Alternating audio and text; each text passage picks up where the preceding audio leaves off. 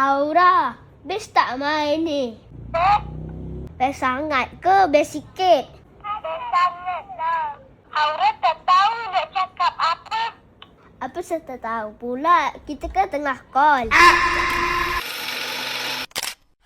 Mana yang korang tak tahu lagi? Inilah mainan yang tengah viral sekarang ni, iaitu video walkie-talkie children's toy. Satu mainan video walkie-talkie yang tak perlukan sebarang internet ataupun SIM card untuk berhubung antara satu sama yang lain. Di dalam box ni pun ada bagi tahu beberapa perkara yang menarik tentang mainan ni. Dan dalam box ni, korang akan dapat 2 biji walkie-talkie color biru dan pink macam ni. Dapat juga 2 lanyard color biru dan pink. Ada 2 kabel Type-C untuk pengecasan dan 1 user manual. Untuk walkie-talkie ni simple je design dia, saiz dia pun kecil dan ringan je. Memang sesuai untuk budak-budak.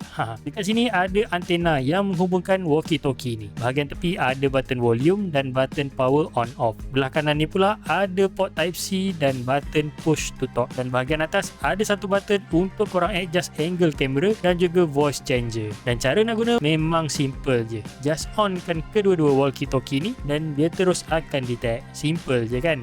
Nak bercakap pula, korang kena tekan button ni dan terus boleh bercakap. Haura kat mana? Haura kat mana? Haura dekat Kuala Ada Lumpur. kat Kuala Lumpur. Dan button bahagian atas ni pula, korang boleh adjust angle kamera dan juga boleh adjust suara yang keluar nanti. Ada ala-ala macam cimang dan juga suara robot. Just tekan je button atas ni je untuk tukar. Jangan lupa pasangkan lanyard. Bolehlah anak-anak gantung walkie-talkie ni dekat leher ni. So tak adalah kena pegang je selalu. Ataupun takutlah hilang kan tiba-tiba walkie-talkie ni. So memang patutlah mainan ni viral sekarang ni. Akak Naga pun dah review mainan ni tau. Harga dia pun murah je. Dapat dekat anak-anak memang teruja diorang nak main mainan ni. Memang sesuai untuk korang hadiahkan. Lagi-lagi kalau korang ada anak lelaki dan perempuan. So macam biasa, kalau korang berminat dengan item ni, link aku sediakan dekat bawah ni. Haura baring nak tidur ke? Nak baring je? Nak baring je saja, nak baring